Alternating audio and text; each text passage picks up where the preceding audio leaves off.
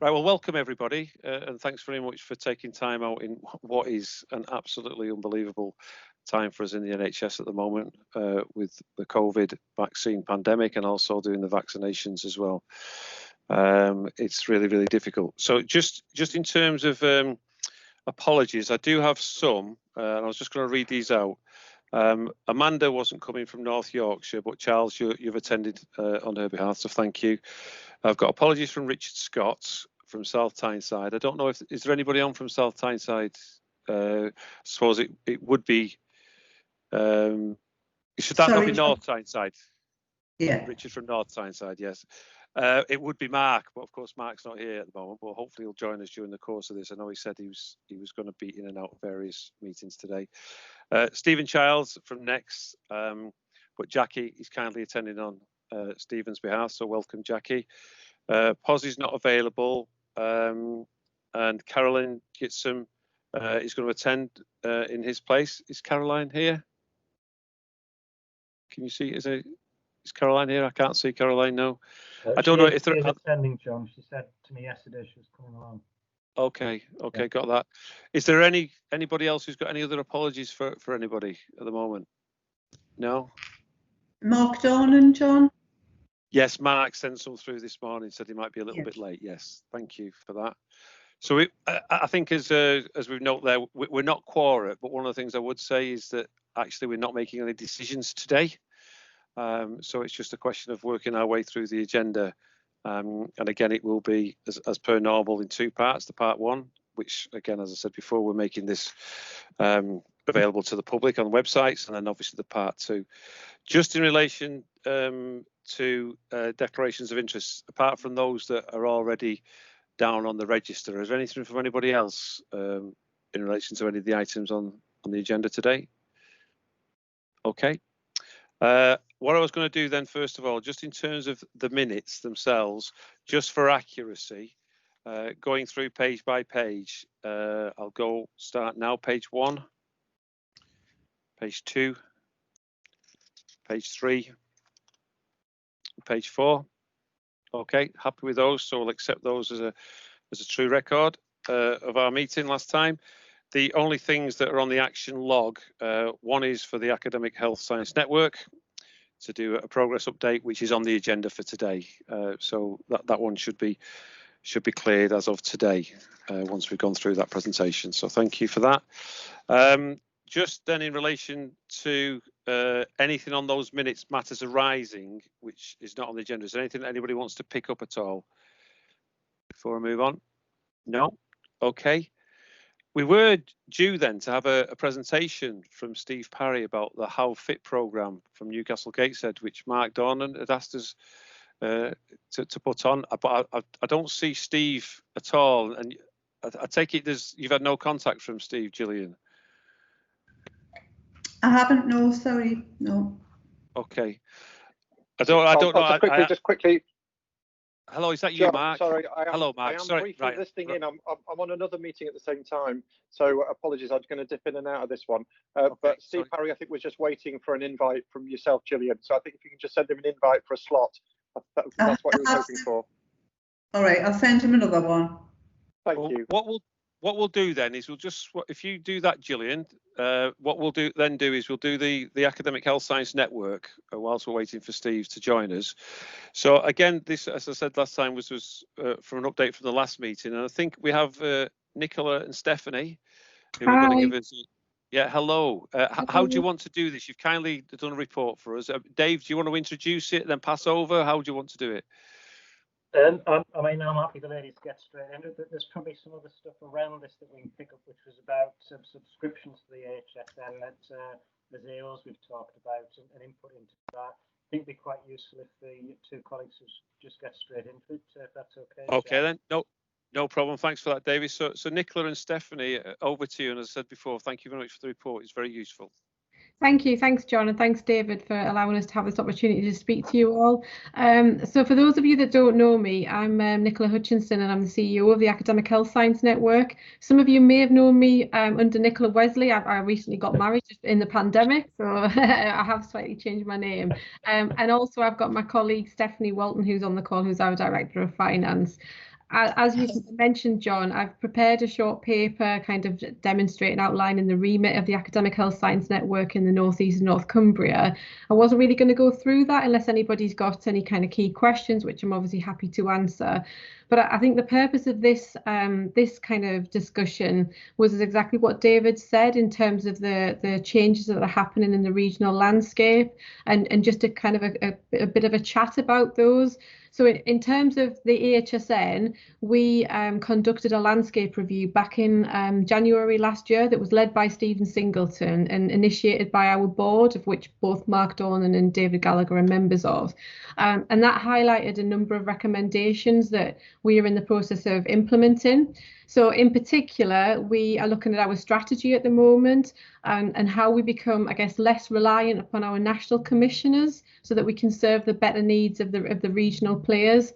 So as part of that, and obviously supporting the regional ICS, we are hoping that going forward, we will concentrate on 5 key priority areas. This wasn't in the paper because it's kind of hot off the press. So when I submitted the paper pre-Christmas, we were still kind of drafting these 5 priority areas. And we do have a board meeting towards the end of January where these will be formally approved.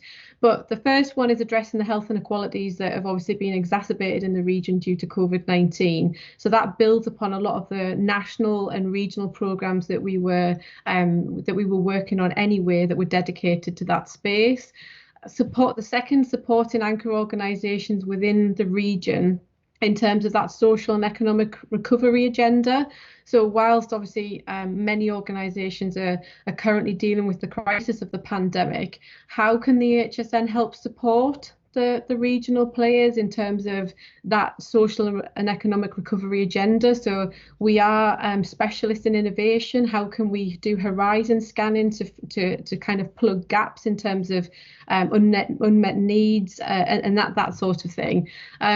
The third is helping to promote the unique regional ecosystem that we have in terms of the North East. So we've got a lot of innovation initiatives that I guess that make part of the jigsaw, but maybe we don't shout about them enough nationally. And how could we potentially attract inward investment, particularly around that real world evaluation space? And again, whilst other organisations are supporting the pandemic, we might have a bit of capacity there to join some of the dots in terms of flying the flag for the region. The fourth is addressing the digital transformation agenda. And although this has been a sort of an area that we've concentrated on for a long time, it's been more of a cross-cutting themes across all of our work programmes. So we've got a new work programme that's completely dedicated to the digital agenda. But although it's quite embryonic, I would say it's now become completely embedded within the ICS digital strategy. And for that, I'm really grateful to Mark and Graham Evans for that. So I think, you know, that one's completely embedded in the strategy of the ICS, which is where we want to go with all of these work programmes. And the fifth is providing longevity and additionality for the EHSN beyond that kind of national commissioning agenda. So our current commissioners are obviously NHS England and NHS Improvement, as well as the Office of Life Sciences. But how can we look to the opportunities that Brexit affords, and looking at kind of the combined authorities and any potential funding there in terms of supporting that regional agenda? So in terms of the pandemic, we've obviously been focusing on the work that we have traditionally done, as well as being involved in rapid insight evaluations, working with Health Watch. We've been supporting CDRC, as well as supporting a multitude of companies that have COVID-related innovations or that are involved with PPE. And so, yeah, it was just to give a bit of a flavour, a bit of an update of where we are at the moment. And then in terms of the commissioning changes in the landscape, I know we've been speaking to David in terms of you guys all kindly provide a membership fee for us, and it's how do we deal with the merger of the clinical commissioning groups. And I think the plan is to use the CCG levels that we used for last year and aggregate those to account for the mergers. So first of all, it was just to ensure that was the kind of the correct plan. But then I guess secondly, to review where we might be able to help you going forward. I don't know whether you want to add anything at that point, Steph. David, did you have a question before I? Sorry. So it wasn't a question. It was probably just to explain that, because obviously the world's moved on a little bit since we had the initial discussions. The plan originally was to just morph it towards the new CCG footprints and configurations. But in light of the changes that are impending because of the national consultation, what we've agreed as the three AOs is we'll just keep it as it is at the moment and base it on where CCGs have merged. In my patch, for example, in Durham, we'll just assume that the three other two CCGs were there for now, because we'll need to revisit this probably on a population basis, but we'll come to that later in the year. Thanks. Thanks, David. Yeah, so it was just to say that David and I did go through an assessment of the membership fees and how we could account for the changes in the organisation. So we did start to look at a population basis, but I think David decided, or you in consultation with other members, you decided that it was best to just aggregate those CCGs that merged the previous fee. I noticed also that Charles Parker's on for North Yorkshire CCG, and just to say that Hambleton and Richmond changed to Yorkshire and Humber AHSN, so it doesn't map to our footprint anymore. So we will effectively lose those membership fees for Hambleton and Richmond.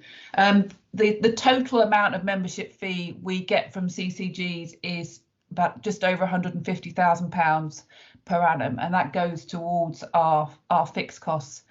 And all the CCGs are member organisations, along with all the universities and all of the NHS trusts in our footprint. So do you have any sort of other questions? Okay, thanks for that, Stephanie. Just to open up, are there any questions or queries or points? Obviously, David, on our behalf, has been doing some of the negotiations that you've just described there, Stephanie, to try and work our way through the next 12 to 14 months. Is there anything from anybody? Could I just ask? Oh, go ahead, Jackie. Just quickly, John. I mean, clearly our funding models are different to the HSN and Next, but there's a lot of commonality in terms of that ambition for the North East and North Cumbria and the ability to support that. So very happy, Nicola, to have a conversation to look at how we can best work together. I'll get in touch, Jackie. Thank you. Thank you. Okay, I was just going to ask a question then, Nicola, just around your relationship with the Applied Research Collaborative and how that operates, because I've tried to get to understand more and more about that, and then trying to work out, obviously, in terms of your organisation, how those things are compatible or where they overlap. So is there anything you can mention very quickly about that?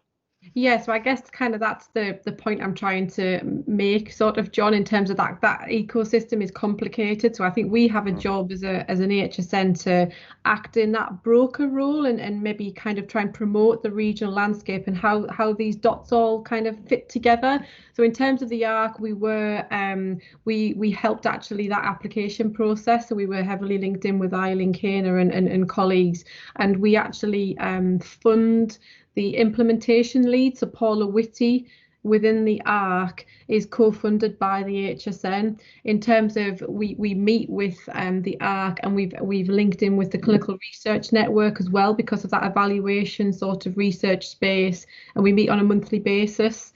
So, and there's also, we share the initiative, which is a newly emerging initiative around the beneficial changes arena.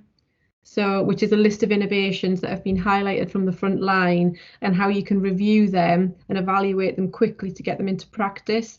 So whilst it may not be obvious, and it's certainly not obvious from our website, which is something that we're going to address, we are pretty coterminous with the ARC.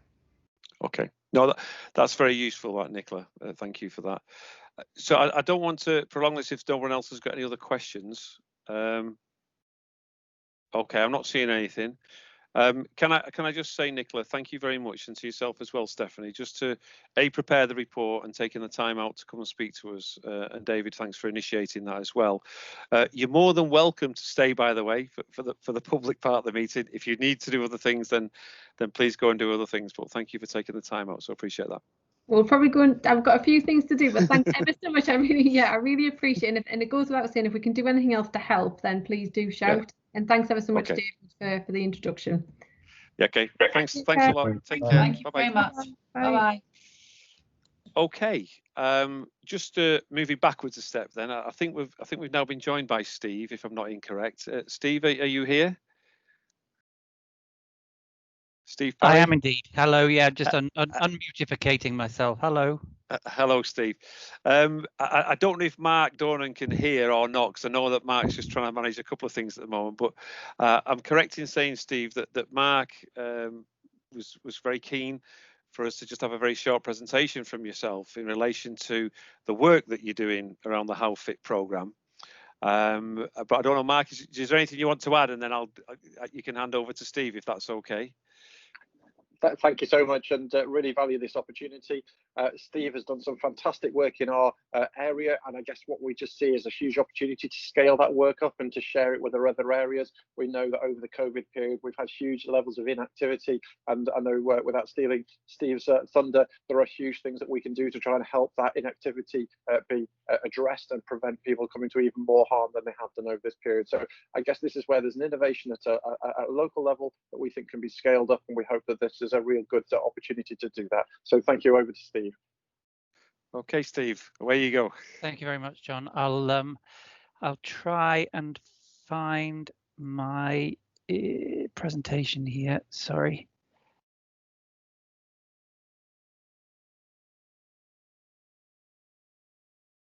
I'm caught a little on the hop, as you will have gathered.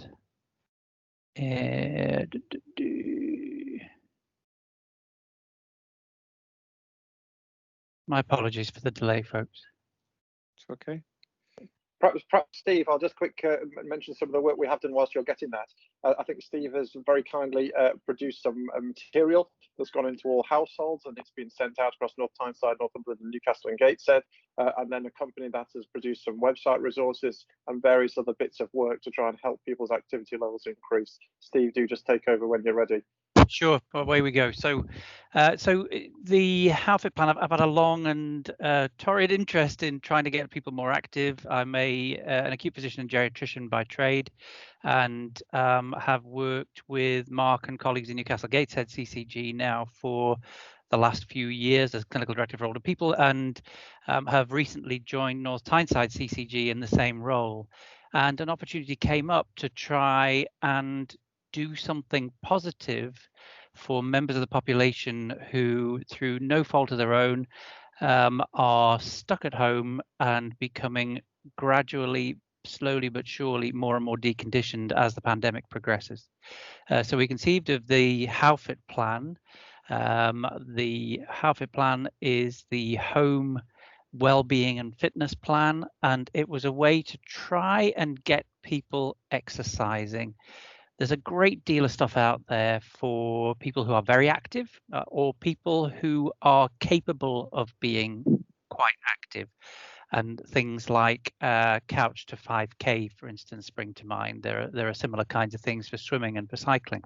But there wasn't an awful lot, Joe Wicks notwithstanding. And again, Joe Wicks tends to appeal to a fitter end of the market. I think if anybody of you has seen him, I think he's fantastic, but he's not necessarily somebody who a sedentary 85-year-old readily identify with. So the challenge was, well, what can we do? And what can we do that would appeal to a very broad section of the population, not just the old and frail at all, but to a wide variety of people who are sedentary. And that's where we've aimed the How Fit plan. The plan is basically a series of exercises. We've arranged them in 3 different levels, level 1 being predominantly chair-based, so that frailer end of the market, right the way through to level 3 with people who are able to manage a push-up. And there's a number of exercises around mobility, stability, balance and coordination, cardiovascular fitness, strength. And here are some examples of the cartoons and instructions which we produced with the aid of a personal trainer and physiotherapist colleague who designed these exercises, alongside some basic health information, reminders to seek help, because that became a real issue, particularly early on in the pandemic, where people just weren't getting the kind of help they needed. So prompts to say, please do get yourself involved. And with the How Fit plan, the suggestion originally was to get it into older people's households. That was a logistic nightmare to try and find older people, actually. Strange though it may seem. So the suggestion came from colleagues in the CCGs, well, why don't we just do a blanket coverage here? And we ended up printing 317,000 of these leaflets to go into every household in Newcastle, Gateshead and North Tyneside. So each one of those households has had one of these booklets delivered. The amount of engagement we had during the development process was fantastic. So it was designed following an awful lot of input from patient groups, from voluntary sector groups, and many, many others. And then just to give you an idea, I don't for a minute expect you to read all of this, but just to say that there's been an enormous amount of interest. Every organization I've contacted has basically gone, wow, this is exactly what we were looking for. Why didn't something like this come out before?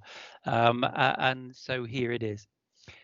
The joy of How Fit is its simplicity, the fact that it appeals to a decent range of people, and that it doesn't exclude. You're not excluded. You can do it unless you are, and I'm not being facetious here, unless you are quadriplegic, you can get some benefit from the How Fit program. We've not only engaged local health organizations and voluntary organizations, but patient support groups, universities, the Biomedical Research Centre for Aging, all care homes in Newcastle, Gateshead and North Tyneside are using the booklet, and it's being put into the Rita software. I don't know if any of you are familiar with that, but it's reminiscent software that's being used in thousands of care homes up and down the country. So that's going in nationwide. Pharmacies, opticians, we contacted all the local schools and asked them to promote through pupils to get them to engage with their families who may be less active, and there's been very enthusiastic promotion to date. The informal feedback we have through patient organisations like Healthwatch, through voluntary sector organisations like Age UK, is that it is widely used. The problem, as ever, is being sure about what kind of engagement you've got and what kind of uptake you've got.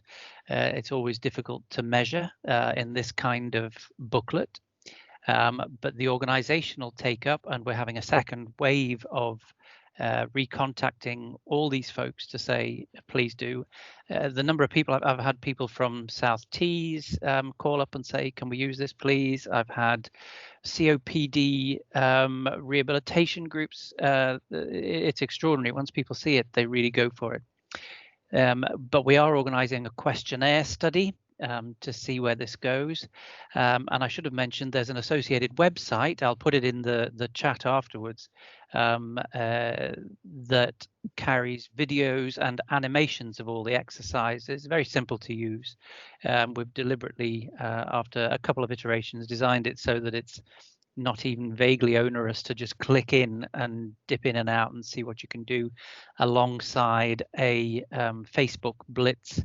Instagram and Twitter, you can imagine from the users of those platforms, tend to be young, tend to be people who are a little bit more active anyway, by no means always, but tend to be. So we've had less take up from those, but Facebook, there's been a massive amount of interest, both individually from our promotion and then through the Facebook pages of Foundation Trust, CNTW, many others. So I'll be very brief. I'll not go into detail on that for you. Suffice to say that there's plenty of interest. The relaunch is in progress. I did an ITV interview for the news to try and promote this a little further. And we are developing with a testing of this app in the next month to month and a half to promote more exercise and to get more exercises into the menu that people can use, and to use this Goal Seeker app as a social media platform to try and encourage more participation. Whichever way any of your organizations can do anything to increase exercise uptake and participation, boy, do we need it. We've always needed it. It's always been poor. Exercise in the UK is just not done by large sections of the population from the time they leave school onwards. And that's just true. But the amount of ill health, mental and physical, that breeds is, of course, extraordinary. The problem currently is that those problems are exacerbated to a horrific degree by the pandemic. And gosh, in my day-to-day practice in acute medicine, the number of deconditioned people who will literally sit there and say, yeah, no, I wasn't in a wheelchair before the pandemic started, but I can't really walk around anymore. And so much of that is preventable, alongside the benefits in long-term conditions, the benefits for mental health, prevention and amelioration of illness. It's extraordinary. And I might say this has been at a relatively modest cost. When I look at the hundreds of billions splashed around by the government and in the last, much of it needed, some of it very much not.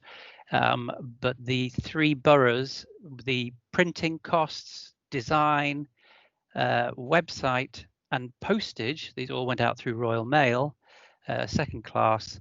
That total came to something like £70,000 for over 300,000 households. If I only reached 10% of those, that's a gigantic number. I'd be very happy with 1%. To have 3,000 people doing more than they were doing before, to the extent that benefits their health, would be fabulous. But clearly, I'm hoping for a lot more than that.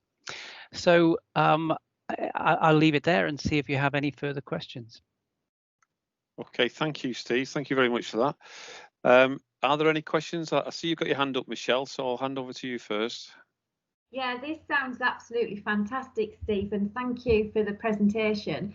I've just got a few questions. Most of them you've already answered because I was making notes and then you got onto it, but I'm just thinking about motivation and keeping that support going, because you know, it's a fantastic idea and people will probably read it and think, you know what, I can do that. But then how do you know that people actually start doing it and then continue to do it? Are you relying on, say, for instance, the voluntary sector organisations that have helped with this? And also, I'm really worried at the moment about people from all ages who really feel isolated. And although they might have this as a tool, might just think, you know what, not today. And it's about that motivation, isn't it, and keeping it going. So I know that you've got a lot of, you know, different platforms, and the app sounds fantastic, and the Goal Seeker and everything. It's just how to keep that momentum going. I'm just wondering what methods you've got in place for that. So oh, Michelle, that's the $64,000 question, isn't it? and that's why you asked it. Thanks for that. It's that constant battering, and it's that constant visibility.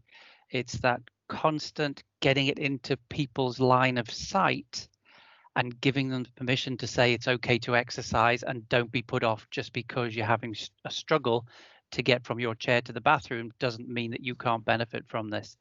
And it's that massive wide variety of organizations and individuals that we've contacted and continue to refresh constantly We've got it up on the electronic notice boards in GP surgeries. There are HowFit booklets in the pharmacies, in the opticians. I'm currently, in fact, one of my jobs this afternoon is to edit a case study for the Future Collaboration Network, NHS Future Collaborations for mental health. Which will go out to 160 odd organisations for health around the country. And one of the wonderful things we've been able to do in North Tyneside is that Age UK have got trainers who we've commissioned to do strength and balance training classes for our fall services, but they are also listed on the HowFit booklet for the North Tyneside area for people to contact them by phone if they're struggling with the exercises, if they just want something to help get moving a little bit, or if they haven't got internet access and can't use the online platforms, that they can actually have that help and have a personal trainer phone them up and deliver some of these exercises over the phone or via Zoom type platforms. So it's a multitude of ways of engaging this, and it's not that hard to do the engaging. What's hard is the measuring, and I'm not going to lie, I will not gloss over that at all. It's fiendishly difficult. Colleagues in Manchester have done a similar booklet with a much smaller reach. They've delivered to 70,000 households, which they weren't even sure that they'd done that because they relied on organisations that they didn't have control over to do the delivering. So with those 70,000 households, eminent professor of primary care and his team had no clue how to evaluate it either. So I felt in good company, but they're doing a questionnaire survey and we're combining forces to do a joint questionnaire survey to see if we can evaluate this further. But their words were, I don't think I'm going to get great data, but I think we should have a go. And I think it's not a reason not to do it, if you see what I mean. And from a completely anecdotal, I have people coming into my fall service in North Tyneside, and I'll say, "Oh, have you seen the blue booklet?" The blue booklet. What blue booklet? Oh, that blue booklet. Yeah, it was brilliant. I actually had a little go at that. Yeah, fantastic. Thanks. Yeah, thanks for that.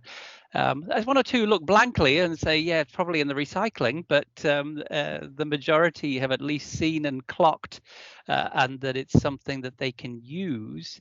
And then it's those additional prompts through all the different organizations, through our health teams, et cetera, that really makes the difference. Sorry, okay. I talk a lot. John, do shut me up at any point. No, it's not a problem. Okay, Steve, I've got a couple more people who've got their hands up. I'm going to go to Jackie first and then to you, Jeff. Jackie? Hi, Steve. I think it's brilliant. Michelle's asked a lot of the questions, but a couple of things from me. I mean, we've got, and all of the NHS and local authority organisations will have this, but we've got a very active health and wellbeing group internally in NEXT. Yeah. So I'll certainly make sure that they're cited on it. Yep. My point being that, of course, we've got a large number of healthcare staff. So those people being able to, take that and share it with families and their wider networks, I don't think we should underestimate the impact of that. Absolutely. And I was particularly interested in what you said about schools as well. Yep. And I think we've got to see this not just as an immediate, but as an absolute embedded feature of the, to get long-term prevention and improvements, perhaps not, as you say, with the frail elderly now, but to prevent that. You're so right, Jackie. You're so right, and we're looking at this as the beginnings of a much bigger focus on a life course activity profile in our areas. There is no reason why this can't be just one strand of joining together, which is what we're doing currently, a lot of different activity programs throughout local authority, voluntary sector, health, and drawing that together in some coherent way that just gives that bigger focus, that much bigger focus on activity. It's something everybody kind of knows. Everybody knows they need to be active, but everybody doesn't know that they really should be active, and that it shortens lives not to be. Just on the staff thing, so important, and each one of our local acute trusts, CNTW, Northeast Ambulance Service, all are promoting this actively within their organisations to their staff, and of course the CCGs, that goes without saying. So we're very much using the booklet as a way to prod and say, okay, and it's that nudge thing, isn't it? You nudge often enough, you hope you have a little bit of effect. Okay, thanks, Steve, and thanks, Jackie. Jeff? Yeah, I thought my first point's been touched on, but I just want to reiterate it, and that is the power of children. And when you talk about reach, and it's all right, you couldn't find the elderly by residential address, but doesn't matter what age the children are.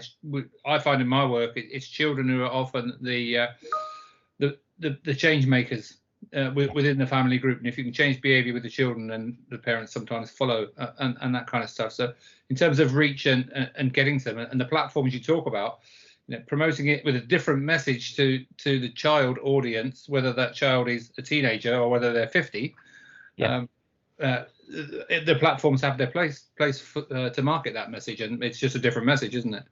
My second point is there seems to be a disconnect with from your strategy with the public health strategy. And public health in Newcastle has just lost its ring fence budget this year and is going for population-based commissioning of solutions, not solutions that work with individual behaviour change. So from a lay member's perspective, I just see a disconnect between what you're doing and what public health are doing. Two different budgets, completely, two different organisations, completely disconnected, and seem to have a disconnected strategy. Not disconnected, complementary, I would say. And there is no one solution for this, Jeff, in my view. I don't think there is one way to skin this particular cat of activity. And I see these as completely complementary. We've had a lot of involvement from Eugene's team in the Public Health Department. It's being promoted very actively by the council, by Active Newcastle and various others. So although they would be the first to say, yes, we're closing bridges, we're doing this, that and the other to encourage people to move more and cycle more, they wouldn't for a minute say, no, we shouldn't be encouraging individuals to do the most they can possibly do from an individual perspective. From a public health perspective, it's a population health that they're looking at in the broadest sense. I'm looking at population health from hang on, I've got a patient in front of me here who's getting more and more frail, gaining weight, losing the ability to walk. I can make them do these things better if I promote my HowFit program for them. So I see them as complementary rather than mutually exclusive. Thank you. Okay, you're welcome. Thanks, Steve.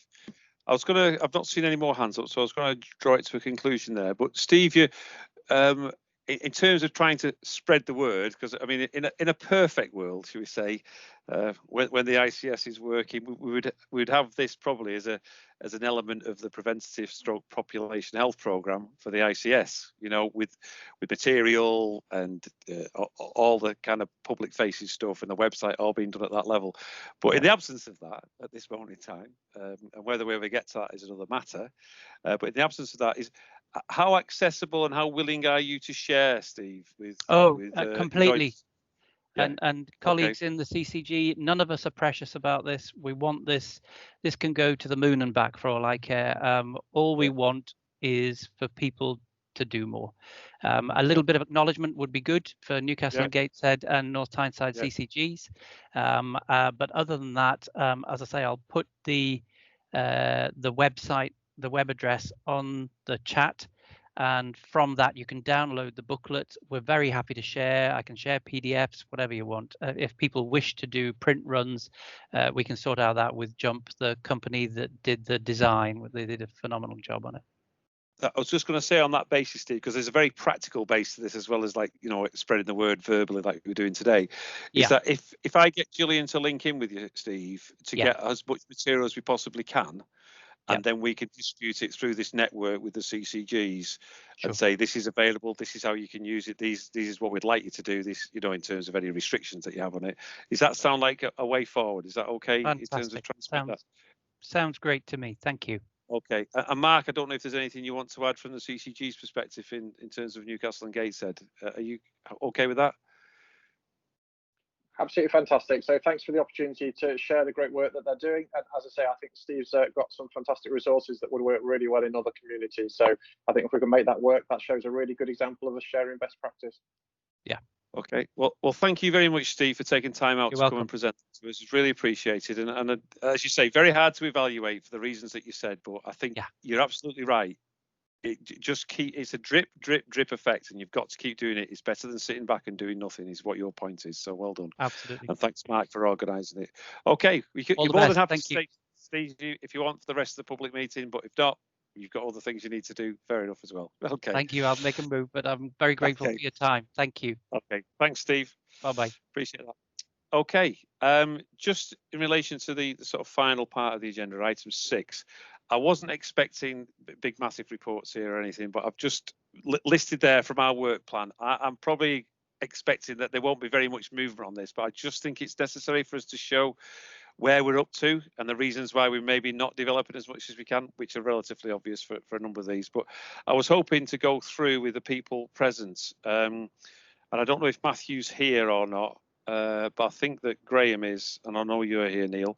But just a quick verbal update from the last meeting about where we are or not, as the case may be. So just on those things, I was just going to start off with the breast diagnostic services, Neil, and just is there anything you wanted to add around that, please? Yeah, I mean, obviously breast diagnostic services are under huge pressure at the moment because of the restrictions of COVID. What with the big step forward we did make is that I've been badgering the FTs for quite a while to look at a single managed service across the ICS, so a networked hub and spoke arrangement using the breast screening units as the hubs and then delivering local clinics out into different hospitals. I'm pleased to say that the provider collaborative has just is starting to come together, which is in line with the new ICS documents, and this is number 1 on their work plan. So they're going to be reporting back to the ICS and how they're going to deliver that, and they have accepted that probably the correct way forward is the alliance's approach, which was the hub and spoke model. So that's good news, and I think a step in the right direction. Obviously it's an aspiration, will be one of the early things to be picked up, I'm sure, after COVID. That being said, there is big pressures on cancer services at the moment, so whether or not they adopt some of the principles earlier, they may well do. But yes, I'm confident that's moving in the right direction. I can pick up Matthew's point. Basically, all VBCC meetings have been stood down to release clinicians to operate the vaccination programme. And my remaining point there, which is about it's basically the fragile services across the central ICP. We were pulling together a clinical strategy in that kind of lull between wave 2 and wave 3, and we've started some work on that. But again, that's mainly been suspended because a lot of the rheumatologists now are doing inpatient work. So we'll just have to pick that up after COVID. Thank you for doing that, Neil, and thanks for the update there on behalf of Matthew. Just in relation to the one there for Specialised Commissioner, I did get a response via Julie Turner, who was the head of the Specialised Commissioning for us, and very similar as you would expect, but it's all been stood down. Operational SpecCom priorities were paused in March 2020 to support the level 4 response. It says lots of commissioning staff have been redeployed to support cells. And it's basically saying as we move out of level 4 incident, all priorities will be reviewed again, and more than happy to come back when that's done. That's as no surprise to anybody, but I know that you've got a copy of that, Gillian, and we'll note that in the minutes as well. And then the only other thing, Graham, I don't know if there's anything you just wanted to add on the North East Prescribing Forum. I think we did that quite a good deal of attention at the last meeting. Is there anything, Graham, that you wanted to add that needs to be added? I can give you a minute, really. The meetings will be ongoing. Look to your meds optimization teams to get the details of what's going on. We're all between 5 and 10% growth in our prescribing budgets this year. It's largely to do with category M changes, but next year, I guess, out of COVID, we'll all have to start looking to quit plans. The big thing we tried to do was the over-the-counter stuff with the big comms push on that over the whole ICS last year, but that's kind of ground to a halt because of COVID, really. It's just become a bit hard as the whole medicines optimization. PCN pharmacists are largely wrapped up into vaccination clinics just now, which is a good thing, but I guess they'll need to get their focus back on when we go forward from there. And we've got a task and finish group ongoing with opioid overuse, which we want to come forwards later on in the year to try to pull us together on that. And that's about where we're at, I think. Okay, thank you very much, Graham. Just on the basis of those updates, is there anything from anybody in terms of a question or a comment before I move on? Okay, thank you, everybody. Gillian, I was just going to ask you in relation to item 7. I take it there are no questions from members of the public on any of the items on the agenda. Gillian, is there anything you wanted to mention? No, there was nothing received, John. Thank you. Okay, that's no problem. Has anybody got any other business that they want to pick up before we go into the part 2? Okay,